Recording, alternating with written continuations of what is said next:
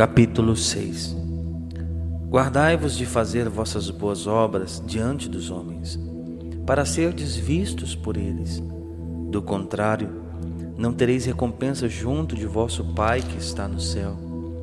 Quando, pois, dás esmola, não toques a trombeta diante de ti, como fazem os hipócritas nas sinagogas e nas ruas, para serem louvados pelos homens.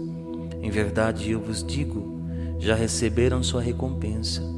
Quando deres esmola, que tua mão esquerda não saiba o que fez a direita, assim a tua esmola se fará em segredo, e teu Pai, que vê o escondido, irá recompensar-te.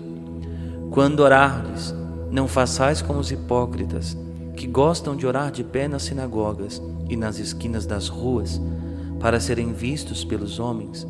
Em verdade, eu vos digo, já receberam sua recompensa.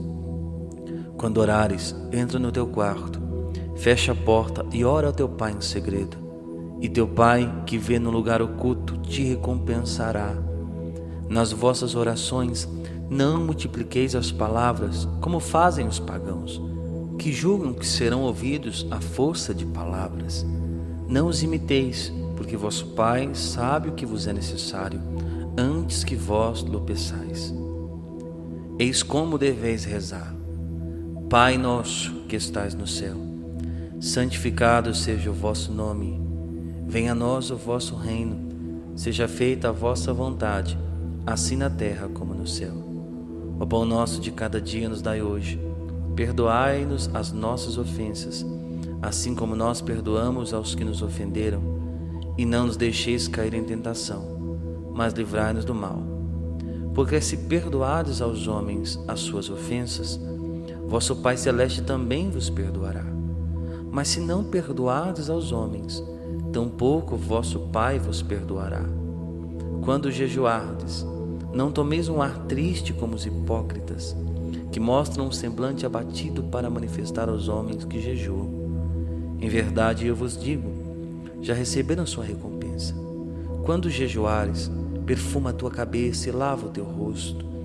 Assim não parecerá aos homens que jejuas, mas somente a teu Pai que está presente ao oculto, e teu Pai que vê no lugar oculto te recompensará. Não ajunteis para vós tesouros na terra, onde a ferrugem e as traças corroem, onde os ladrões furtam e roubam.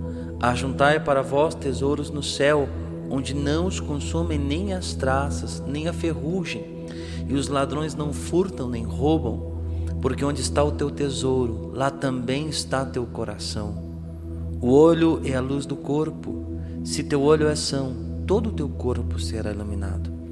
Se teu olho estiver em mau estado, todo o teu corpo estará nas trevas. Se a luz que está em ti são trevas, quão espessas deverão ser as trevas? Ninguém pode servir a dois senhores, porque ou odiará a um e amará o outro, ou se dedicará a um e desprezará o outro. Não podeis servir a Deus e a riqueza. Portanto, eis que vos digo, não vos preocupeis por vossa vida, pelo que comereis, nem pelo vosso corpo, pelo que vestireis. A vida não é mais do que o alimento, e o corpo não é mais do que as vestes. Olhai as aves do céu, não semeiam, nem ceifam, nem recolhem nos celeiros, e vosso Pai Celeste as alimenta. Não valeis vós muito mais que elas? Qual de vós, por mais que se esforce, pode acrescentar um só côvado à duração de sua vida? E por que vos inquietais com as vestes? Considerai como crescem os lírios do campo, não trabalham nem fiam. Entretanto, eu vos digo que o próprio Salomão, no auge de sua glória, não se vestiu como um deles. Se Deus veste assim a erva dos campos, que hoje cresce e amanhã será lançada ao fogo, quanto mais a vós, homens de pouca fé. Não vos aflijais nem digais, que comeremos, que beberemos, com que nos vestiremos? São os pagãos que se preocupam com tudo isso. Ora, vosso Pai Celeste sabe que necessitais de tudo isso. Buscai em primeiro lugar o reino de Deus e a sua justiça, e todas essas coisas vos serão dadas em acréscimo. Não vos preocupeis, pois, com o dia de amanhã. O dia de amanhã terá suas preocupações próprias. A cada dia basta o seu cuidado. Capítulo 7. Não julgueis e não sereis julgados, porque do mesmo modo que julgardes, sereis também vós julgados, e com a medida que tiverdes medido, também vós sereis medidos. Porque olhas a palha que está no olho do teu irmão, e não vês a trave que está no teu? Como ousas dizer ao teu irmão: deixa-me tirar a palha do teu olho, quando tens uma trave no teu? Hipócrita! Tira primeiro a trave de teu olho, e assim verás para tirar a palha do olho de teu irmão. Não lanceis aos cães as coisas santas, não atireis aos porcos as vossas pérolas, para que não as calquem com os seus pés, e voltando-se contra vós, vos despedacem. Pedi e se vos dará, buscai e achareis, batei e vos será aberto. Porque todo aquele que pede recebe, quem busca acha, a quem bate se abrirá. Quem dentre vós dará uma pedra a seu filho, se este lhe pedir pão? E se lhe pedir um peixe, lhe dará uma serpente? Se vós, pois, que sois maus, sabeis dar boas coisas a vossos filhos, quanto mais vosso Pai Celeste dará boas coisas aos que lhe pedirem. Tudo o que quereis que os homens vos façam, fazei-o vós a eles. Esta é a lei e os profetas. Entrai pela porta estreita, porque larga é a porta e espaçoso o caminho que conduz à perdição, e numerosos são os que por aí entram.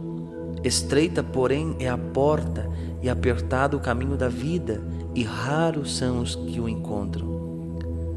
Guardai-vos dos falsos profetas. Eles vêm a vós disfarçados de ovelhas, mas por dentro são lobos arrebatadores. Pelos seus frutos os conhecereis. Colhem-se porventura uvas dos espinhos e figos dos abrolhos? Toda árvore boa dá bons frutos, toda árvore má dá maus frutos. Uma árvore boa não pode dar maus frutos, nem uma árvore má bons frutos. Toda árvore que não der bons frutos será cortada e lançada ao fogo. Pelos seus frutos os conhecereis. Nem todo aquele que me diz, Senhor, Senhor, entrará no reino dos céus, mas sim aquele que faz a vontade de meu Pai que está nos céus. Muitos me dirão naquele dia, Senhor, Senhor, não pregamos nós em vosso nome, e não foi em vosso nome que expulsamos os demônios e fizemos muitos milagres? E no entanto eu lhes direi, nunca vos conheci. Retirai-vos de mim, operários maus. Aquele, pois, que ouve estas minhas palavras e as põe em prática, é semelhante a um homem prudente que edificou sua casa sobre a rocha. Caiu a chuva, vieram as enchentes, sopraram os ventos e investiram contra aquela casa. Ela, porém, não caiu, porque estava edificada na rocha. Mas aquele que ouve as minhas palavras e não as põe em prática, é semelhante a um homem insensato, que construiu sua casa na areia. Caiu a chuva, vieram as enchentes, sopraram os ventos e investiram contra aquela casa. Ela caiu e grande foi a sua ruína. Quando Jesus terminou o discurso, a multidão ficou impressionada com a sua doutrina. Com efeito, ele ensinava como quem tinha autoridade e não como os seus escribas. Capítulo 8. Tendo Jesus descido da montanha, uma grande multidão o seguiu. Eis que um leproso aproximou-se e prostrou-se diante dele, dizendo, Senhor, se queres, podes curar-me. Jesus estendeu a mão, tocou-o e disse, eu quero ser curado. No mesmo instante a lepra desapareceu. Jesus então lhe disse, vê que não o digas a ninguém. Vai, porém, mostrar-te ao sacerdote e oferece o dom prescrito por Moisés em testemunho de tua cura. Entrou Jesus em Cafarnaum. Um centurião veio a ele e lhe fez esta súplica. Senhor, meu servo está em casa de cama, paralítico e sofre muito. Disse-lhe Jesus, eu irei e o curarei. Respondeu o centurião, Senhor, eu não sou digno de que entreis em minha casa. Dizei uma só palavra e meu servo será curado. Pois eu também sou um subordinado e tenho soldados às minhas ordens. Eu digo a um vai e ele vai, a outro vem e ele vem, e a meu servo faze isto e ele faz. Ouvindo isto, cheio de admiração, disse Jesus aos presentes: Em verdade vos digo, não encontrei semelhante fé em ninguém de Israel. Por isso eu vos declaro que multidões virão do Oriente e do Ocidente e se assentarão no reino dos céus com Abraão, Isaque e Jacó, enquanto os filhos do reino serão lançados nas trevas exteriores, onde haverá choro e ranger de dentes. Depois, dirigindo-se ao centurião, disse: Vai, seja-te feito conforme a tua fé. Na mesma hora, o servo ficou curado. Foi então Jesus à casa de Pedro, cuja sogra estava de cama com febre. Tomou-lhe a mão e a febre a deixou. Ela levantou-se e pôs-se a servi-los. Pela tarde, apresentaram-lhe muitos possessos de demônios. Com uma palavra expulsou ele os espíritos e curou todos os enfermos. Assim se cumpriu a predição do profeta Isaías. Tomou as nossas enfermidades e sobrecarregou-se dos nossos males. Certo dia, vendo-se no meio da grande multidão, ordenou Jesus que o levassem para a outra margem do lago. Nisso aproximou-se dele um escriba e lhe disse: Mestre, eu te seguirei para onde quer que fores. Respondeu Jesus: As raposas têm suas tocas e as aves do céu seus ninhos, mas o Filho do Homem não tem onde repousar a cabeça. Outra vez, um de seus discípulos lhe disse: Senhor, deixa-me primeiro enterrar meu pai. Jesus, porém, lhe respondeu: Segue-me e deixa que os mortos enterrem seus mortos. Subiu ele a uma barca com seus discípulos. De repente, desencadeou-se sobre o mar uma tempestade tão grande que as ondas cobriam a barca. Ele, no entanto, dormia. Os discípulos achegaram-se a ele e o acordaram, dizendo: Senhor, salva-nos, nós perecemos. E Jesus perguntou: Por que este medo, gente de pouca fé? Então, levantando-se, deu ordem aos ventos e ao mar, e fez-se uma grande calmaria. Admirados diziam: Quem é este homem, a quem até os ventos e o mar obedecem? No outro lado do lago, na terra dos Gadarenos, 2 possessos de demônios saíram de um cemitério e vieram-lhe ao encontro. Eram tão furiosos que pessoa alguma ousava passar por ali. Eis que se puseram a gritar: Que tens a ver conosco, Filho de Deus? Vieste aqui para nos atormentar antes do tempo? Havia não longe dali uma grande manada de porcos que pastava. Os demônios imploraram a Jesus: Se nos expulsas, envia-nos para aquela manada de porcos. Ide, disse-lhes. Eles saíram e entraram nos porcos. Nesse instante, toda a manada se precipitou pelo declive escarpado para o longo e morreu nas águas. Os guardas fugiram e foram contar na cidade o que se tinha passado e o sucedido com os endemoniados. Então a população saiu ao encontro de Jesus. Quando viu, suplicou-lhe que deixasse aquela região. Capítulo 9. Jesus tomou de novo a barca, passou o lago e veio para a sua cidade. Eis que lhe apresentaram um paralítico estendido numa padíula. Jesus, vendo a fé daquela gente, disse ao paralítico: Meu filho, coragem, teus pecados te são perdoados. Ouvindo isso, alguns escribas murmuravam entre si: Este homem blasfema. Jesus, penetrando-lhes os pensamentos, perguntou-lhes: Por que pensais mal em vossos corações? Que é mais fácil dizer: Teus pecados te são perdoados, ou levanta-te e anda? Ora, para que saibais que o Filho do Homem tem na terra o poder de perdoar os pecados. Levanta-te, disse ele ao paralítico, toma a tua maca e volta para a tua casa. Levantou-se aquele homem e foi para a sua casa. Vendo isto, a multidão encheu-se de medo e glorificou a Deus por ter dado tal poder aos homens. Partindo dali, Jesus viu um homem chamado Mateus, que estava sentado no posto do pagamento das taxas. Disse-lhe: segue-me. O homem levantou-se e o seguiu.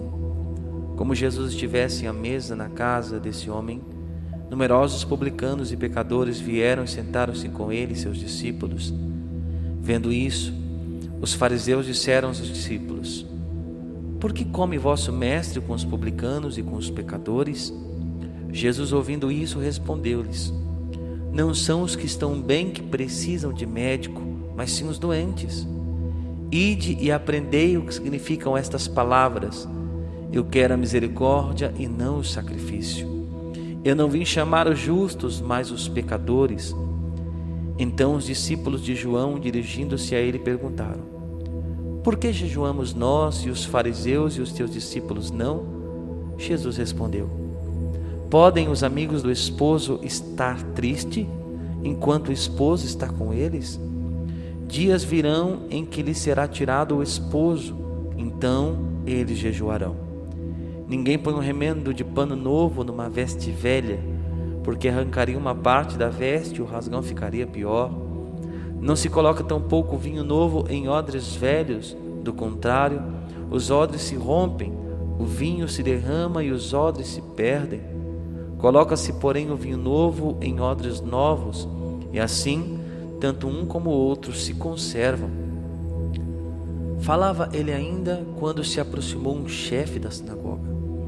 Prostrou-se diante dele e lhe disse: Senhor, minha filha acaba de morrer, mas vem, impõe-lhe as mãos e ela viverá. Jesus levantou-se e o foi seguindo com seus discípulos. Ora, uma mulher atormentada por um fluxo de sangue havia 12 anos, aproximou-se dele por trás e tocou-lhe a orla do manto. Dizia consigo: se eu somente tocar na sua vestimenta, serei curada. Jesus virou-se, viu-a e disse-lhe: tem confiança, minha filha, tua fé te salvou. E a mulher ficou curada instantaneamente. Chegando à casa do chefe da sinagoga, viu Jesus os tocadores de flauta e uma multidão alvoroçada. Disse-lhes: retirai-vos, porque a menina não está morta, ela dorme. Eles, porém, zombavam dele. Tendo saído a multidão, ele entrou, tomou a menina pela mão e ela levantou-se. Essa notícia espalhou-se por toda a região. Partindo Jesus dali, 2 cegos o seguiram gritando: Filho de Davi, tem piedade de nós. Jesus entrou numa casa e os cegos aproximaram-se dele. Disse-lhes: credes que eu posso fazer isso? Sim, Senhor, responderam eles. Então ele tocou-lhes nos olhos, dizendo: seja-vos feito segundo vossa fé. No mesmo instante, os seus olhos se abriram. Recomendou-lhe Jesus em tom severo: vede que ninguém o saiba. Mas apenas haviam saído, espalharam a sua fama por toda a região. Logo que se foram, apresentaram-lhe um mudo, possuído do demônio. O demônio foi expulso, o mudo falou e a multidão exclamava com admiração: jamais se viu algo semelhante em Israel. Os fariseus, porém, diziam: é pelo príncipe dos demônios que ele expulsa os demônios. Jesus percorria todas as cidades e aldeias, ensinava nas sinagogas, pregando o evangelho do reino e curando todo mal e toda enfermidade. Vendo a multidão, ficou tomado de compaixão, porque estava enfraquecida e abatida como ovelha sem pastor. Disse então aos seus discípulos: a messe é grande, mas os operários são poucos. Pedi, pois, ao Senhor da messe que envie operários para a sua messe.